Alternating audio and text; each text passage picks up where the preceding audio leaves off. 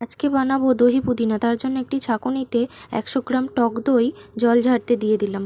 এবার একটা পেস্ট তৈরি করে নেব। তার জন্য কারি পাতা, পুদিনা পাতা, নারকেল, কাজু বাদাম, মৌরি, নুন, চিনি, আদা গুঁড়ো আর কাঁচা লঙ্কা দিতে পারেন। এখানে আমি কাঁচা লঙ্কাটা ইউজ করিনি, ভালো কালারের জন্য কাশ্মীরি লঙ্কা ইউজ করেছি।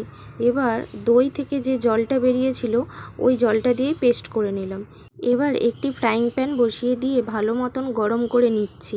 এবার ফোড়নের জন্য দিয়ে দিলাম কারি পাতা, সাদা সর্ষে, মৌরি, দুটো শুকনো লঙ্কা।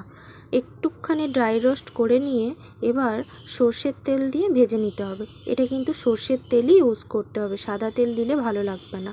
এবার আগে থেকে যে পেস্টটা বানিয়ে রেখেছিলাম ওই পেস্টটা দিয়ে ভালো মতো ফুটিয়ে নিয়ে ওপর থেকে দইটা দিয়ে আবারও ভালো মতো ফুটিয়ে নিলাম। এবার ওপর থেকে কাসুরি মেথি আর গরম মশলা